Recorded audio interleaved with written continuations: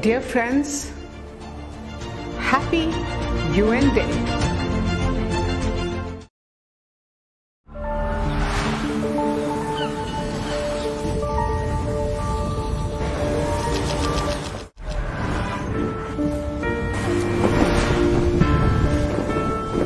The Assembly will hear an address by His Excellency Shavkat Mirziyoyev, President of the Republic of Uzbekistan.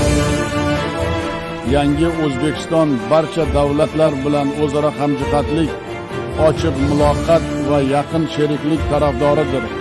Biz xalqlar, madaniyatlar va sivilizatsiyalar o'rtasidagi muloqotni mustahkamlash, umumbashariy maqsadlarni ro'yobga chiqarish yo'lida o'z hissamizni qo'shishga doim tayyormiz. Birlashgan Millatlar Tashkiloti Bosh Assambleyasining yubiley anjumani 80-sessiyasi bilan sizlarni qutlashdan mamnunman.